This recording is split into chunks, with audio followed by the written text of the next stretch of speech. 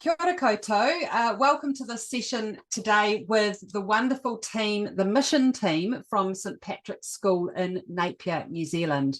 And I'm so excited to be able to share their amazing work with you all at our Joy Play conference. We've had the privilege of working with this team and this school for a number of years now, but the team that you're going to hear from today actually began their journey as a result of the work in their junior school that was happening for a little while before these guys started. And for many of you who maybe attended our 2023 conference here in Napier, you would have heard the Angels team from St Patrick's share their journey. And today it is now the opportunity for the mission team, the year 314, to share their learning as a result as well. They first really dove in 2022, so we've had 2 years now of looking at learning through play at the year 3-4 level, and I'm really delighted today to be introducing to you the team, the mission team. So we have Crystal Hewett, we have Toni, Jensen, and we have Elise Macdonald, and Crystal is the team leader, and I'm going to head on over to you guys and let you start sharing your work. Thank you. Yeah, thanks, Sarah. Thank you for having us. We're a little bit on the nervous side, but we'll get there. And we're sorry that we couldn't do our presentation to you in person, but better than nothing, right? So we're going to share our screen, and we've got a wee presentation to work our way through.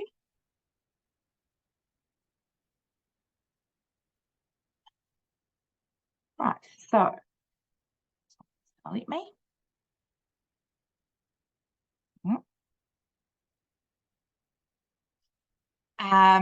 So we had watched our Angel team, our year 0 to 2s, working with Longworth for the couple of years before us, and they had a little bit of funding left over, and so we managed to snavel that to start working with Sarah and Linda, and we really went there because, and it was minus Toni, so we had someone else in the team. So it was Elise and Nikki and I that started with our teacher aides, and then Toni's been with us this past year, carrying on with us. And we could see that what our Angel team were doing was really effective and efficient, and it was meeting the needs of our children, and that when they then came through to us in year 3 and 4, that wasn't necessarily connecting. And so we decided to be really brave and dive. And we charted out everything we were doing, and we went for it. So we had a ton of support from our Angel teaching team and our senior management, because they're all behind what we're doing. And we took their system and applied it to our 3 classes. So they've got 4, we've got 3, so we had to just adapt certain things, but we generally did what they were doing. And we'll go into that in a bit more depth as we go through. We did it because of that connect. We needed it to flow and transition better for our children.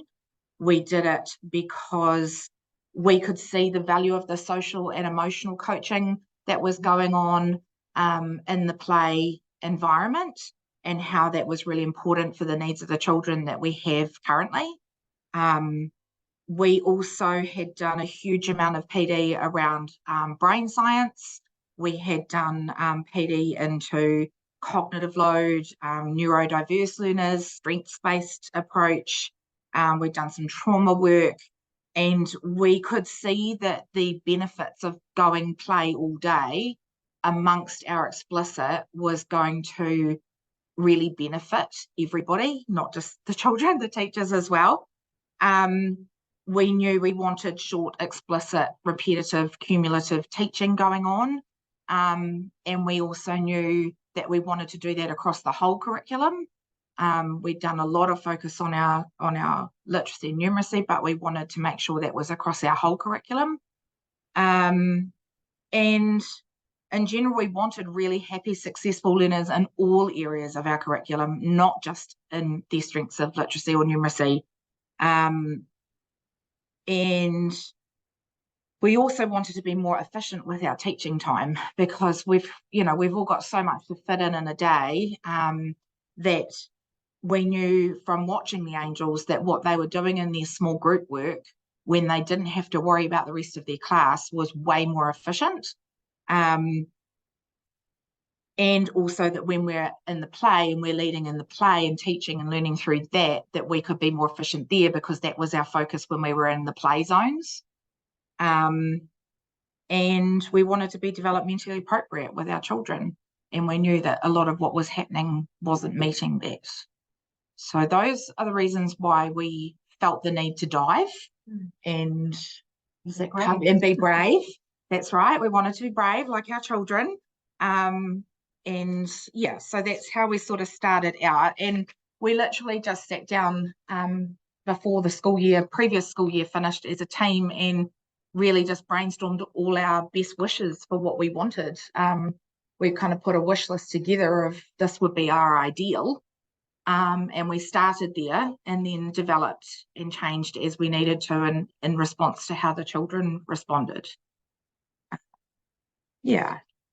So we're going to just show you what our spaces look like, because what we're talking about might not make a lot of sense yet. But we have thrown out having our own classroom and keeping it as our own classroom all day. So that's been the gem from the Angels. So we have our own teaching rooms where we start the day in prayer, and we have our children start together. But then we change our spaces into something else as the day goes on. So 2 of our rooms become play spaces connected to our outside, and 1 of our rooms becomes our teaching workshop space, where we can do our small explicit group work for maths and literacy. So we'll just show you what that looks like, because then Toni is going to talk to you in more depth about that. So this is M17 and M16, which is mine and Toni's rooms. Sorry, my floating toolbar's in my way. And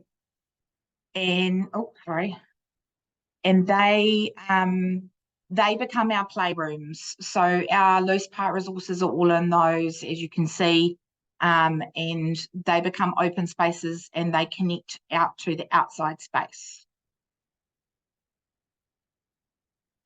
This is the front of those rooms, so we connect out into our water and mud and sand and our climbing trees and our big areas. And we do have a zone. We use our trees to sort of zone us in, just so we can look at the children and have the eye line to them. But if they want to go outside of those, they can negotiate there. And our boundaries are so that we know if we're looking for someone, we know that they're not going to be on the other side of the school. And yeah, it's just one of our parts of our routines that we set up at the start of each year. And then we connect, so just a little bit more of our outside there. You can see we connect to our school field as well, so they do have the space to go further if they need to. And then this is the back side of the cloak bay side of our classrooms, facing onto Elise's room. So we have the deck area in the middle, and that becomes our quiet zone. So the kids can hang out in that space, reading or creating quietly, or they might be recording out there if they're doing some film work. It might be sometimes we take the teaching tables out and we do our group work out there. So it's kind of got that flexibility, but it's not a run through it and make lots of noise space. And then this is our teaching space for our small group work. So in this photo, you can see Elise is doing some maths work with her children on the carpet space, and that's connected with the TV, so you can run sessions and use the slides if you need to. Over to the left, around the smaller table, on the lower table, is one of our teacher aides doing a group. And then over the back, Toni's taking one of her structured literacy groups. So we share that space, and we've all learned to be quite mindful of each other in that space and what we each need in terms of noise levels and things like that. But so the children come and go from this room as we call them. and I think probably Toni will tell you a little bit more about that as we go. We've learnt to negotiate it. We've learnt to grow it. So it started as a normal classroom, and then Elise, because it's Elise's room, we slowly worked at what the spaces needed to be and how the furniture had to move to make it work for everybody, and spaces for having our literacy and numeracy things over here so we didn't cart them over each lesson, and all those things sort of grew as we went. And even down to the timetabling, having one group, one teacher taking literacy and one taking maths means that we're not clashing with resources, we're not clashing with, we don't have two teachers needing the carpet space to spread out for maths. So just making sure that everything's in sync, really. So this is just another version of those, so you can see a little bit more. And this is this is my classroom, and we use that as a gathering space for the whole team. So we gather after morning tea each day and either share text, or we use our New Zealand Read Aloud text. And if you're interested in finding out more about the New Zealand Read Aloud, please feel free to contact me. A little plug for the New Zealand Read Aloud while I'm here. So you can, so we if we need to gather as a team, that's the space we do it in, unless it's nice enough to be outside. We've got a wee gathering space outside as well. But if we want to use the screen, then this is the best space for us, and our children know where they can grow their huts or creations or things to in my room, so that that's always clear and they don't have to move things for us to get to that space.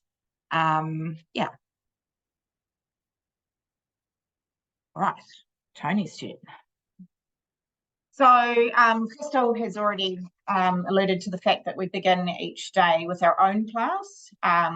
We greet our children, make sure they're settled in, and we start with whole class literacy with our own classes for about half an hour. And then after that, for the teacher, the day is divided into two parts. So the first part is explicit teaching, which we call our workshop time. And the teacher works through structured literacy and maths group teaching. And then in our second part of the day, and it's not just cut and dry, first and second part, if you have a look at the timetable, we've got slots where we have to do our maths teaching and to do our literacy teaching. And we always stick to those so that, like we said before, we're using the right space in the classroom. And they're not negotiable. Yep. We don't say, oh, I just don't feel like going to the teaching space today. We Stick to that timetable. We don't have time to muck around. So then our second aspect of the teacher's day is consciously teaching through play. So two teachers share the workshop space, often with teacher aid as well.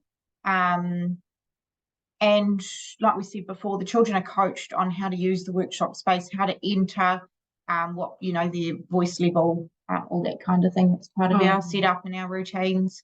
And it works well, Crystal's already said this, because the teachers are able to teach the group of children they're working with without interruptions from children needing support with their other learning. And then the other part of the day is children, the teacher being in the learning through play spaces. And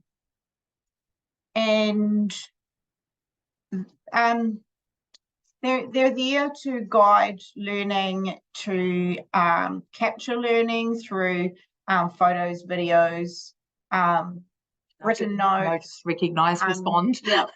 And reinforcing the social skills. We work together, so we are a whānau, and our classes all belong together. The children are all ours. So our 80 children have 3 teachers, not just one, which is a real bonus. Like they know where they belong, they know their home class, but they also know that they belong in our whānau together, and they will go to any any teacher for. Well, they kind of know if any they're in the problems. play space and their teacher's in the teaching room, they go to the play teacher because they don't come and interrupt us. They know those sorts of routines. Yeah. And our teacher aides are included in that as part of our teaching team. They are one of the adults that the children trust and go to with their problems or questions or whatever. So as teachers, we regularly connect throughout the day. We're always chatting about what's gone well, what we need to make. Sometimes the children are a bit hairy, and we think, well, what do we need to do differently, or just letting each other know, so that when you move from the workshop space to the learning through play space, what's happened in the session for you. Yeah, it might be even handing over projects. There might be a group that are working really hard at something, and they're going to need a little bit more teacher support in the next block, so it's kind of handing those things over as well. And likewise, that when we're in the teaching space, we're actually learning off each other all the time as well, because we're kind of semi-watching each other's lessons. So it's a great way for us to team share and collaborate around our teaching sessions as well as the play, and bouncing ideas off each other in the play. Yeah. And also when we're the play leader or the teacher in the play, we take opportunities to allow our children to share their learning. We might pick up from where someone has, like say with the water play, and we'll pick up and we'll share a video about the science learning that's happening through that with the wider group. Children often are creating plays or dances or shows. So we just gather together in that time, and formally they'll say, we've got a show after lunch. So, whether they've made a poster or just done a verbal, had a discussion with us about their sharing, that whichever teacher's on leads that, and we just run with it, And possibly too, just one of the routines that's ended up working for us really well, you'll see in the afternoon slot that we have a slightly shorter teaching time then. So the person who's the play lead in the afternoon block actually starts everyone packing up at 2:00, while the other two teachers are finishing till 2:15. So it means that by the time the teachers come back to our own homerooms at 2:15, the bags are packed, they're on the deck, their shoes are on, everything's done, the pack-up's done, all the resets are done, and we're ready for another lesson in our homerooms. So that's been a routine that's really, I possibly have overlapped to you now, but it's possibly, it was just, that's something that's really worked well for us. And then we just run for the last half an hour of our day with our own class, and we don't have to all do that same pack-up routine. And when the children are in the play, we've got, if you flip to the next screen, Crystal, our resources are readily available for the children. They know what's available, they know where it is. We've also got a breakout room where there's art supplies, or like a wet space area. And the children, that part of their routine is packing up, working as that. We've had a big push last year on containing your space and all that kind of thing. But the big pack up doesn't happen each day until 2:00, and then the big pack up happens either on a Thursday afternoon or a Friday, depending on what our Friday program is. But that's all part of our routines, and so the children can continue playing over a number of days. Until Friday, when we have the major pack up.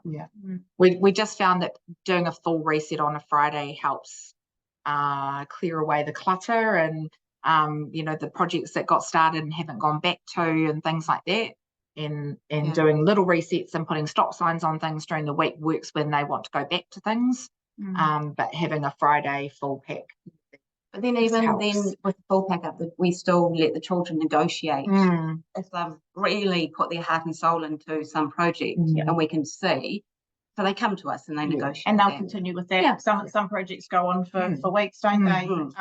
As so they add learning and and so like those loose parts they flow between indoor and outdoor. Some things they know must stay inside, but really there's not too many rules around those parts of their parts, and they make sure that they look after them, and showing care and respect as they do with anything else. So, and our wall of boxes sort of was about half of that to start, and as we collected more bits and we had things donated, we've sort of grown the box wall grew, and some of it's in Toni's space as well as my space. So some we've sort of pulled that second photo of all the construction-y type things are on a wall in her room, and we just as we get new things, we just add another box with another label, and it just makes it really easy for the kids to be able to access without having to ask us. They know where the stuff is. We've got bigger like play planks and battens and things like that that are stored. The battens and tyres and things are outside. We've got a big apple bin for battens and things to go in. So there's just all the storage really makes a huge difference to how well the play runs, I think. Yeah. And then I guess really our reporting is done through our learning journals now. So every we don't write an end of year report or a mid-year report as such. That learning stories that we write regularly, as well as the formal literacy and maths reporting, all goes into the learning journal, which is shared with the children, and then they share that with their parents as well. So that's been a really great move this year. Yeah, this year. Yeah. It was last year. This year for you guys, but in the Angels they have been doing it that way for We're a in while. 2024. And we are in 2024. Yes, it's a shift in thinking across our whole school to change how we're reporting on the strengths of our children rather than national standard-y type talk. We won't even go down that road at the moment. Cool. Right. Elise. Right. We thought we'd share with you some of our successes, what we feel's gone really well, but some things that we're still working on or we battle with. Yeah. I'm going to start with the battles, the frustrations first. Our outside space, developing that, because we're so blessed. We've got this huge outdoor area, but actually getting it landscaped and then built up, it was and COVID interruptions. Sort of underestimated the size of that beast. Yes. I won't tell you what the price tag came yesterday. Yeah, so we are chipping away at it. It's kind of like, we need a full-time project manager to develop that for us. That would be awesome. But we made contact with a company, Playscape, who we found at the Longworth conference last year. So they've really helped us move forward in that space. Yes, we just now have to work out how to afford their beautiful plans. That is our next goal. So like Toni said, having adequate storage that works for you, the teacher and the children is so important. And we've just kind of still our work. We're growing. We're working on that. Having mud and water available all the time and figuring out how to do that when we don't have a sandpit yet and things like that has been a challenge, but we're chipping away at it. As you will see in our photos from before, you could see some water play and some mud play and things going on, and they love that. So it's vital we have it there. We do find that time is a real frustration because we do not have, there's never enough time in the day. When you're in the play, you're spotting so many teachable moments across so many children, and it's like, you want to feed into that and you want to go there, and then you're in a workshop, you're workshopping. So we are very aware of being time poor. Part of that is also finding time to do an adequate handover when you're in the play and you're seeing what's going on in one block, and then say after morning tea you're leaving the play and going into workshop. You want to do a quick touch base. So we are actually touching base and talking regularly throughout the day. but sometimes that's just not possible. Yeah, so we're still working on a system for routing, or just how we can do that more effectively, so that we transition while the teachers are moving in and out. Yeah, it's seamless for the children, that perhaps we hand over some of our notices. We trialed on the bottom. We share our planning on a Google sheet together, and we tried adding another box to that where we could write our noticings of things we had noticed in our play that we wanted to follow up on, or we wanted to do more with, so that if it wasn't me that wanted to do the more with, Toni might have picked it up and done the more with, or and that works sometimes, but then it's remembering to go back and write it in. So, but it's the in the moment things I think we found more beneficial than looking at that document later on. Yeah. The verbal handover is better. Yeah, we're still working on how we can report visually within our spaces on what's going on in the play to parents, so that when they walk in and they see their child in a hut or playing with the mud and water, that they understand that is still learning. They're being an engineer, they're thinking of the physics of it. They've done that. They'll even the interpersonal skills going on, the negotiating. So we're also finding our way with how we can juggle all our new learning. So not just learning through play, but as educators, we've picked up structured literacy. We're looking at our maths program with Numicon. So it's kind of like when you take your focus off learning through play and let's really, dive into structured literacy. Yeah, we lost our focus last year a little bit off the play, the learning through play.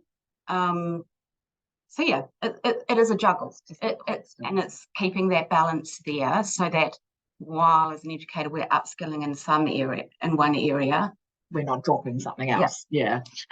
Which I think it's the whole the magpie effect of being a teacher, and we take things on and we forget that we've actually got to drop something in the process of taking something new on, but we don't want to drop play. Play's not the part we're dropping.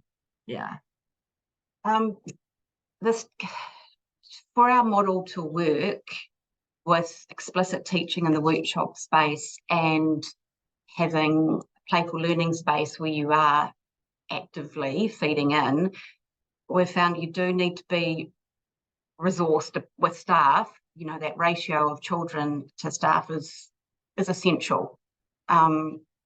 If ever we couldn't get relief teachers and we were a teacher down, or a teacher aide down, if one of our two teacher aides were down, or so then if you were shorter in the play area, you can't actually do an effective program in the play space and be on top of all of those learning opportunities.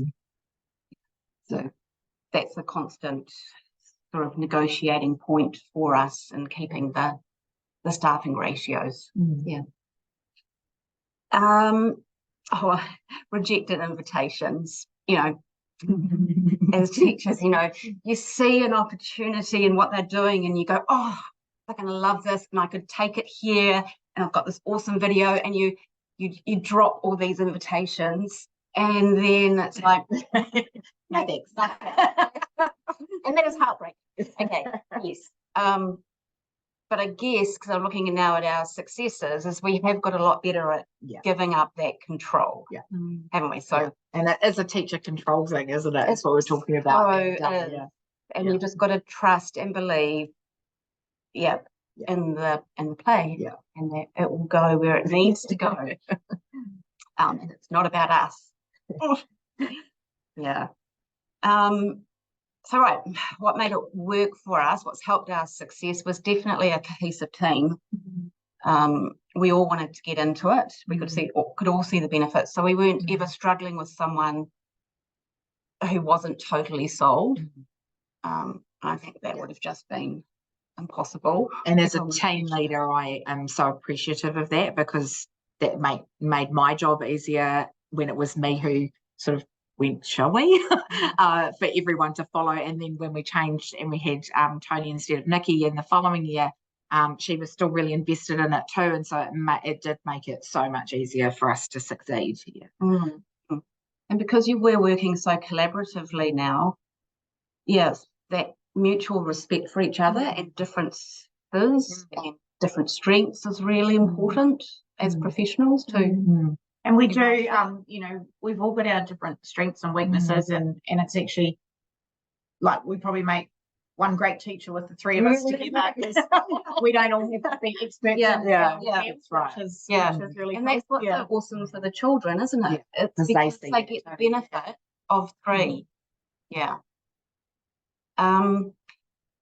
We've all been very happy to chip in and collect loose parts. You know, what do we call it? Gather and collect, because you know that has been a big job, as you can see from all those boxes. And it's a continual thing too, because there's resources that deplete, and you know, so we're always making sure that we have well resourced loose parts. So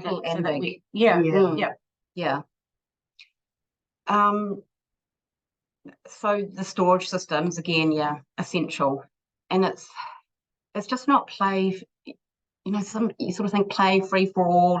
There's no routine, but actually, it is very routine based.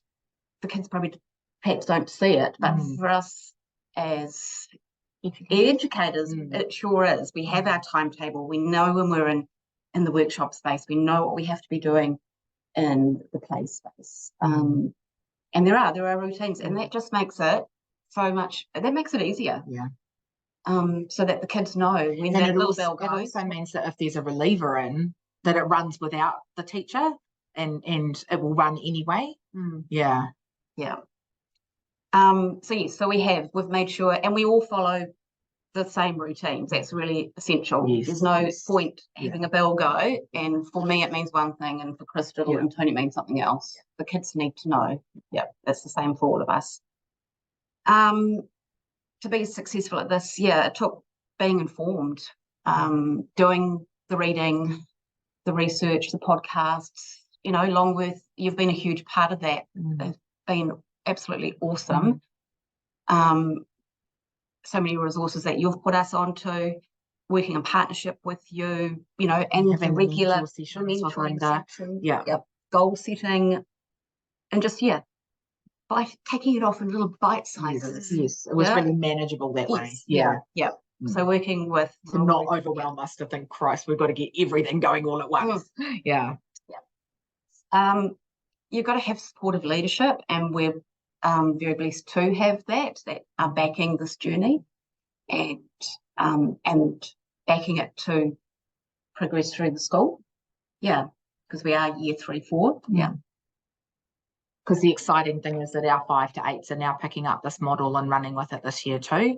So they're going to develop having the workshop spaces and the play spaces that are shared between the year 5 to 8s. So that's a really exciting project that, if it works really well and gets there, it's going to be amazing. To have the whole school in that zone is going to be just fantastic. So a big part of, you know, our success is taking our community along with us. So informing them really early on about how this, just even our day-to-day workshopping and that, how it looks, and reassuring them that there is still explicit teaching going on. And if anything, the explicit teaching is better than what it was before, because it's so much more focused. And so that reassures the parents too. We actually combined with our Angel team last year to do a parent information evening instead of doing interviews. And really the majority of the questions parents had were, how does a day in the life of my child look? What do they do throughout the day? Do they just play all day? Or is there something more to it? And as soon as they knew what else we were doing on top of the play, they were really supportive of what we were doing, could see exactly why. Really important to take the community with you, because how we are teaching today is totally different, even for us as teachers, how we were doing it 2 years ago. So for our parents, they've got no idea that this is how their child can learn. So yeah, we do love our workshop time because we know we've just got a small focused group, and the children know that yes, they can come in for the session. They're not going to be here for 2 hours. So they come in focused, knowing they're going to be back out there again. And that they're learning that they were working on it independently will still be there when they get back because of those routines that are set up. So we've got the work in progress signs, and children have been taught that that they need to be respectful of other children's learning, even if they're not there, because they're most likely doing another job for someone else. And probably one of the biggest things for our success is our willingness to change and adapt, to give things a go. If it doesn't work, then we'll talk. You can freely talk to each other because it's like safe. We just keep communicating with each other, and we're flexible in what we came up with. Because we weren't too sure what problems we'd encounter along the way. Right. So then, and every group of children bring up a slightly different group of problems as well, or things to address. So you think you get one thing nailed, and then you get a different group of kids, and that changed a little bit. But because they're also coming through with really good routines from the angels, and our routines are so similar, that actually really helped us at the beginning of this year. And having Toni with us when she'd been in the angels helped too, because she knew what they'd done down there. It was quite seamless to grow and carry on. So that was quite useful. Whereas this year we've got someone coming from the 5-6s down into our team. We're losing Toni, and we're not talking about that today. And that's going to be interesting to see how that works, because he hasn't taught the way that we've been doing. So it's going to be growing his knowledge alongside. So the year 4 kids are going to be helping him to learn what the routines are. So we thought we would end with some lovely photos of our tamariki in play. Just thought it'd be nice for you to be able to see what the year 3, 4s look like doing it, rather than the babies. We could,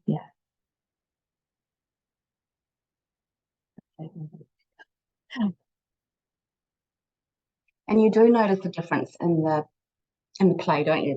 From the juniors. Their development. And even when the junior teachers come up, they go, oh wow, look at what they're doing.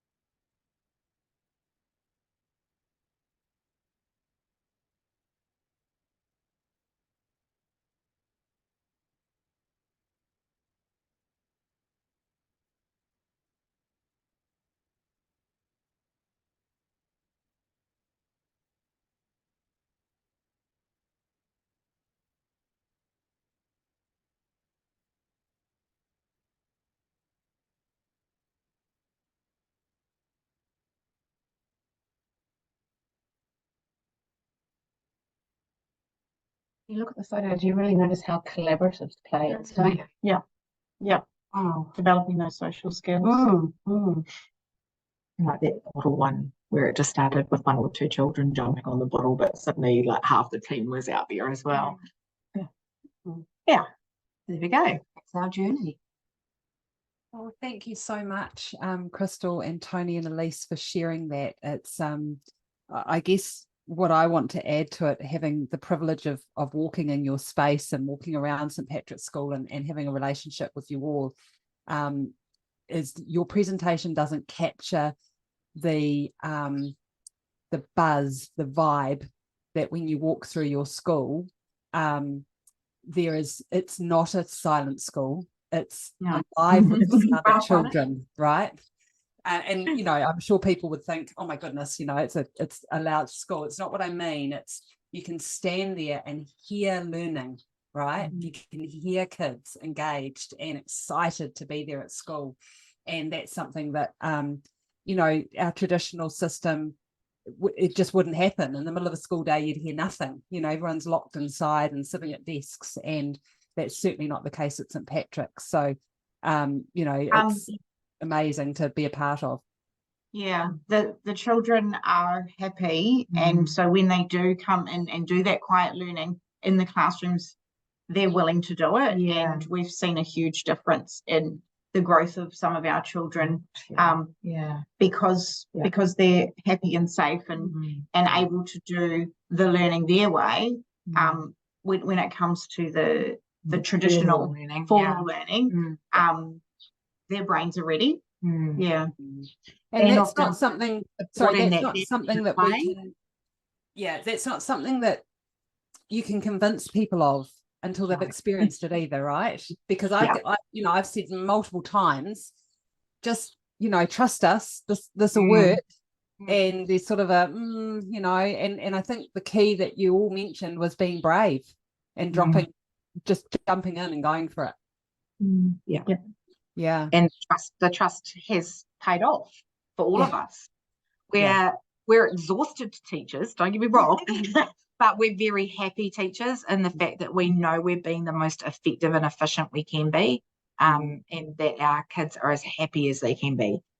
We don't really have any sort of truancy issues or kids not wanting to be at school or any, like, they know our routine, they know how the day works, they know where it goes from woe to go, and so they're safe and secure in that.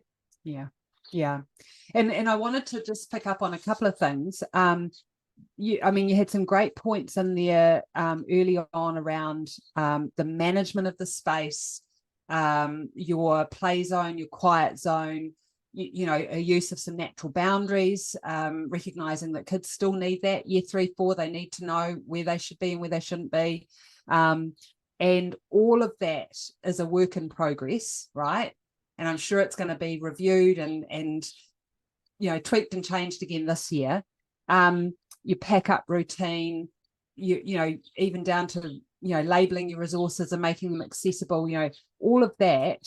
I think also, you know, you said at the end, I think, Elise, you said that we've been able to change and adapt, and that it's safe to be vulnerable in your space as a team to be able. And I think sometimes we want to get it right first time, and we want to get it perfect. And this is not that sort of journey, is it? No, not at all. No.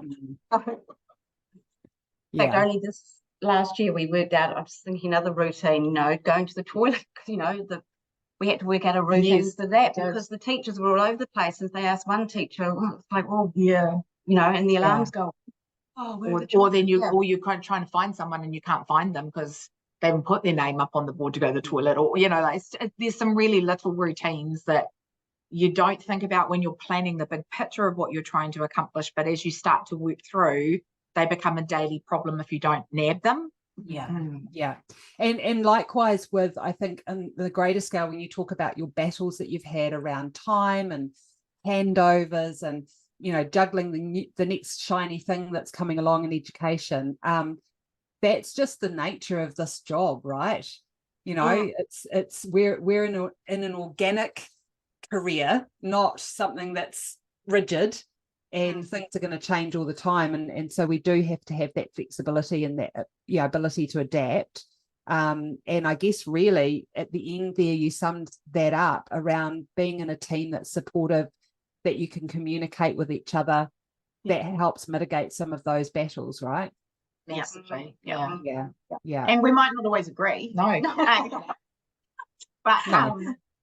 But you know, we get there and we find the compromise in it. If someone's really passionate about something, there's a reason why they've got that passion behind them, and so it's about listening it through and figuring out if we can adapt something to make that work for that person. There are some things we all passionately hold on to, and but you're right, we all have to adapt. It doesn't work if just one person goes off on their tangent. whatever changes we've made, it's been a team together. thing, Yeah, yeah, absolutely. And I guess that's where, you know, again, it comes back to feeling safe in your space, safe to disagree, right? So that you're not kind of bottling it all up and going home and ranting about work, and, you know, that you can safely disagree, you can safely explore and problem solve. And hey, aren't these all the skills we want our kids to have, right? Exactly. Yeah. You know, And so we there's sometimes sort of layers do that in front of the children to model that to the children, Yeah. because they need to see us do that as much as and negotiate things together as much as they do with each other. Yeah.